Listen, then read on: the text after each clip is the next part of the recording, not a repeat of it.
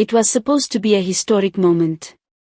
A calm, structured address by President Cyril Ramaphosa to outline the future of the nation, to speak of unity, stability, and progress. Instead, Parliament turned into a war zone of shouting, confrontation, and raw political anger. What unfolded was so chaotic, so intense, so humiliating, that many watching could barely believe it was happening inside the highest house of democracy. From the very first minutes of Ramaphosa's speech, the tension was electric. You could feel it before a single word was spoken. EFF members sat stiff in their seats, whispering among themselves, their eyes fixed on the podium like soldiers preparing for battle. The ANC benches were restless. The opposition was alert. Everyone knew something was coming. As Ramaphosa began to speak, his calm tone clashed violently with the storm that was about to erupt. The speaker immediately intervened, calling for order. But her words vanished into the noise. The EFF was no longer requesting recognition. They were demanding accountability, turning the chamber into a platform of protest. Ramaphosa tried to continue. He paused. He adjusted the microphone. He waited. But the chanting only grew louder. The red uniforms of the EFF became symbols of defiance, standing against the authority of the Speaker, the President, and the entire parliamentary process. ANC MPs shouted back. Sit down. Respect the House. The DA benches watched in stunned silence, unsure whether to intervene or observe history in the making. The Speaker issued warning after warning. Honorable members, you are out of order. Take your seats or you will be removed. But the EFF did not move. They stood firm. Defiant. Unapologetic. That was the moment everything changed. Parliamentary protection services were summoned. The doors opened slowly, and uniformed officers stepped into the chamber. The atmosphere shifted from political drama to something far darker. This was no longer about.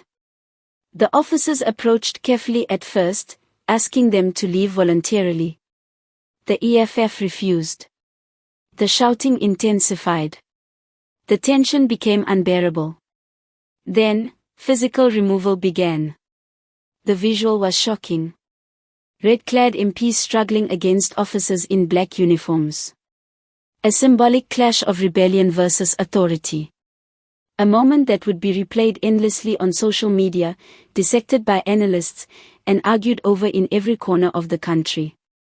Ramaphosa stood motionless behind the podium, his prepared speech forgotten. His expression was a mix of disbelief, frustration, and discomfort. This was not the image of leadership he wanted broadcast to the nation. This was not the democracy he had promised. The Speaker kept calling for calm order. Honorable members, order in the House. But order was gone. Completely gone. As more EFF MPs were removed, ANC benches erupted in applause.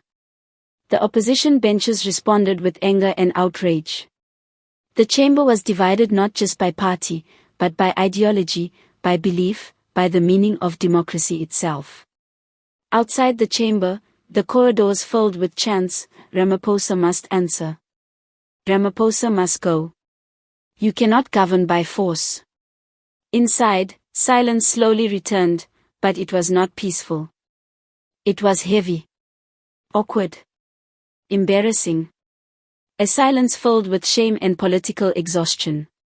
When Ramaphosa finally resumed speaking, his voice sounded smaller, strained by the chaos that had just unfolded. The nation was no longer listening to his policies or promises. The message had been drowned by the drama. The moment had been stolen. Across South Africa, reactions exploded. Some said the EFF is the only party brave enough to challenge power. Others said they have turned parliament into a circus. Some praised their courage. Others condemned their actions. But one thing was certain. No one could ignore what had happened. This was not just disruption. This was not just protest. This was a mirror reflecting a broken political system, where frustration had reached boiling point and dialogue had collapsed into confrontation. Parliament, meant to be a place of reso.